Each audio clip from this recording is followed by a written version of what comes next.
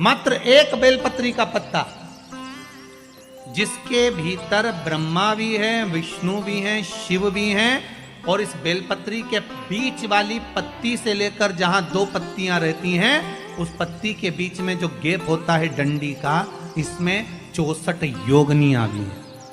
64 योगनियां देवियां भी इसके अंतर्गत विराजमान है। और उस डंडी के नीचे जहां दो पत्ती है, इस दो पत्ती के नीचे की जो लंबी डंडी रह जाती है, इसमें 33 कोटि देवताओं का भाग है। उस डंडी के नीचे जो छोटा सा एक मोटा सा भाग रह जाता है, कई बार आप लोगों ने बेलपत्री को तोड़ा होगा तो नीचे एक मोटा सा भाग रह जाता है महाराज, उसके अंतर्गत सारे तीर्थों का भाव जागृत रहता है। उस बेलपत्री को केवल साधारण ना समझे, शिव को अगर समर्पित कर रहे हैं तो वो संपूर्ण उसी के अंतर्गत, संपूर्ण।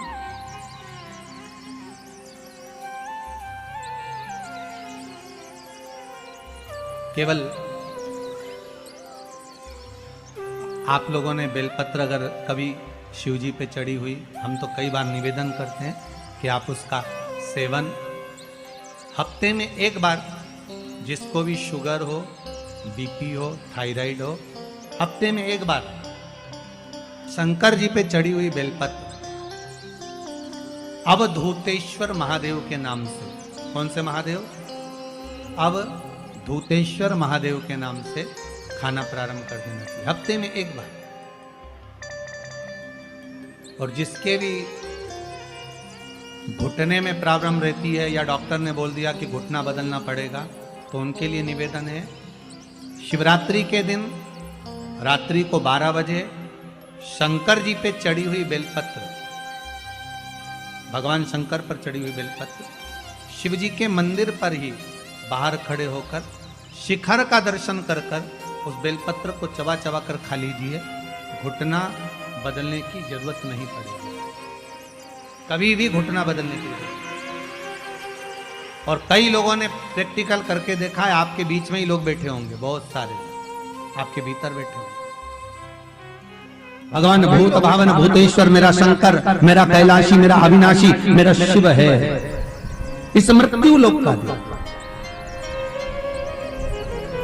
पर दुनिया के लोग न जाने क्यों कहे हम कृष्ण वाले हैं, हम श्री जी वाले, हम शंकर के मंदिर नहीं जाते। वो कोई कहता हम नारायण वाले, हम शंकर को नहीं मानते, हम शंकर का प्रसाद नहीं लेते, हम शंकर के मंदिर नहीं जाते। भगवान को ऐसा बांट दिया, ऐसा बांट दिया कि शंकर के दरवाजे को जाने को तैयार नहीं होता। तो किसी ने एक बार पार्वती जी ने शिव जी से पूछा, भोलेनाथ जी कोई तुम्हारे मंदिर में नहीं आता, कोई तुम पर जल नहीं चढ़ाता, कोई तुम्हें नमन नहीं करता, सब ये मंदिर जाना, नारायण के मंदिर जाना, वो मंदिर जाना, वो देवता को रिझाना, वो देवी को रिझाना, पर तुम्हारे को कोई नहीं रिझाता। शंकर भगवान बोले मत रिझाने दे, अपने को कोई दिक्कत नहीं, अपन तो शांति से बैठे रहो।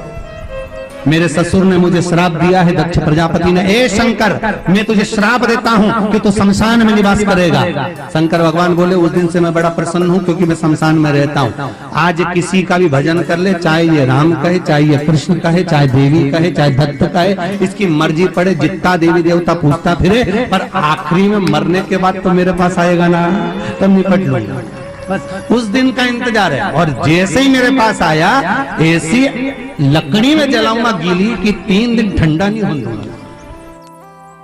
जिस पुराण को हम श्रवण करने के लिए बैठे हैं, ये पुराण कोई साधारण सा नहीं, इसको कोई साधारण सा ना समझे। भगवान शिव की जब कृपा होती है, करुणा होती है, दया होती है, तब जाकर कहीं आप भगवान शंकर की अविरल भक्ति और मुक्ति की पथ को निश्चित करने वाली शिव महापुराण की कथा श्रवण कर पाते। भगवान त्रिवती देव महादेव, करुणा सागर भगवान शंकर, दया सागर, जिन्होंने आप सबको यहां पर आमंत्रित करा, कहीं भोले बाबा की दया और उदारता ही है जो पूरे शहर सीहोर में ऐसा कोई भवन नहीं है जिसमें आप लोग नहीं है, ऐसा कोई भवन नहीं जहां आप लोग। और शहर तो शहर, पूरे नगर में, पूरे गांवों में, खेड़ों में, क्षेत्र में। और एक निवेदन आप सभी से, जितनी देर की कथा है आप लोग उसको स्मरण कर कर श्रवण करें और अपने जीवन को सार्थक बनाएं। बाबा देवाधिदेव महादेव ने ये करुणा करी है, कृपा करी है, दया करी है, जिसको हम अपने जीवन में उतार सकते। बस आपके आसपास में अगर कोई खड़ा हुआ हो, बोल रहा हो, तो उसके चरण पकड़कर आप उसको कहें कि थोड़ा शांत रहें, जिससे हम भगवान की जिस कारण आए, आप आए किस कारण से, आप किस लिए यहां पहुंचे हो, केवल उसके दो कारण हैं। एक बाबा देवाधिदेव महादेव का प्रसाद स्वरूप रुद्राक्ष चाहिए और दूसरी शिव महापुराण की कथा चाहिए। केवल दो कारण हैं और इसके सिवाय कोई कारण आपके पास में है? कौन किसके यहाँ आता है जी? किसके बस का है? जो कोई आए जाए, किसके बस का? ये तो देव आदिदेव महादेव की करुणा, कृपा, दया, उदारता है, जिसके बल पर हम भगवान की अविरल भक्ति और मुक्ति का साधन शिव महापुराण कथा का रसास्वादन करते। शंभो शरणे मांगू घड़ी रे घड़ी, दुख काटो दया करी ने दर्शन आपो। शंभो शरणे मांगू घड़ी रे घड़ी, दुख काटो दया करी ने दर्शन आपो। बाबा से केवल एक निवेदन, एक प्रार्थना और बाबा से केवल एक विनती, हमारे जीवन की एक सार्थक कि तेरा ही दिया मैंने खाया पिया है, तेरा शुक्रिया है, तेरा शुक्रिया है। मुझे भोले बाबा ने बहुत दे दिया है, तेरा शुक्रिया है, तेरा शुक्रिया है। ये जायदाद दी है, औलाद दी है, मुसीबत में हर वक्त इमदाद दी है। तेरा ही दिया मैंने खाया पिया है, तेरा शुक्रिया है, तेरा शुक्रिया है। उसकी कृपा ना हो तब तक कोई कार्य हो ही नहीं सकता।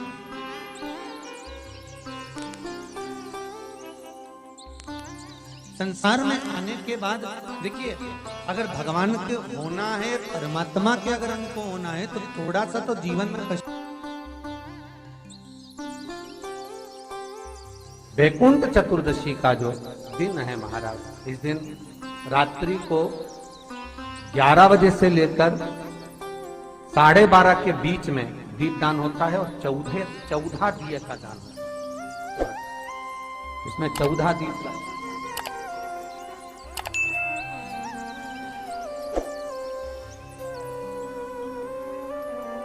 14 निवेदन है आप सबसे कि प्रयास करना कि घर के बाहर आप एक दीप, जहां पर आपका जलाशय है, पानी का स्थान है, वहां रख दें और एक दीप तुलसी के क्यारे के पास रखें। बाकी के दीप आप घर के बाहर लगा। 14 दीप। वृंदा की आंखों से आंसू बह रहे हैं, नैनों से नीर बह रही, और वृंदा ने उसी समय भगवान शंकर को बुलाया, भोलेनाथ पधारो पधारो। शिव सामने वृंदा, तेरे पति ने जो उपद्रव मचाया था, जहां जहां मंदिर, देवालय, तीर्थ, व्रत सब खंडित कर दिए। जो ब्राह्मण पूजन करने बैठते थे तेरा पति जलंधर, उनके प्राणों को हर लेता था। वृंदा, कहीं किसी गांव में अगर भोजन और भंडारा होता था तो तेरा पति उसमें कुछ गलत पदार्थ मिला देता था। वृंदा, तेरे पति को मारना जरूरी था। वृंदा की आंख में आंसू भरे थे और वृंदा आंसू भरती भरती कहती है, भोलेनाथ, मैं ये भगवान विष्णु को श्राप देती हूं कि ये पत्थर के हो जाए, ये पत्थर के हो जाए। और मैं वृंदा हाथ में जल लेकर अपने शरीर पर डालती हूं और मैं तुलसी का पौधा बनूंगी। पर भोलेनाथ, हे शंकर, हे शंभु, हे त्रिकालदर्शी, हे कैलाश, मैं तुलसी कभी आप पर नहीं चढ़ूंगी। केवल वर्ष में एक दिन होगा बैकुंठ चतुर्दशी का दिन, जिस दिन भगवान का हरिहर मिलन होता है। बैकुंठ चतुर्दशी दीपावली के बाद में आती है, पूर्णिमा के पहले, कार्तिक पूर्णिमा जो आएगी बैकुंठ। और इस बैकुंठ चतुर्दशी का बड़ा महत्व है साहब। जो बच्चे पढ़ने में कमजोर होते हैं, विद्या में कमजोर होते हैं, जिनकी चित्तवृत्ति कमजोर होती है, जो उनको माता पिता बार बार कहते पढ़ पढ़ पढ़ और बच्चा पढ़ता नहीं है, उनका दिमाग, उनकी चित्तवृत्ति खेलने में लगी रहती है, चिड़चिड़े रहते हैं, उन बच्चों के लिए शिव महापुराण कहती है बैकुंठ चतुर्दशी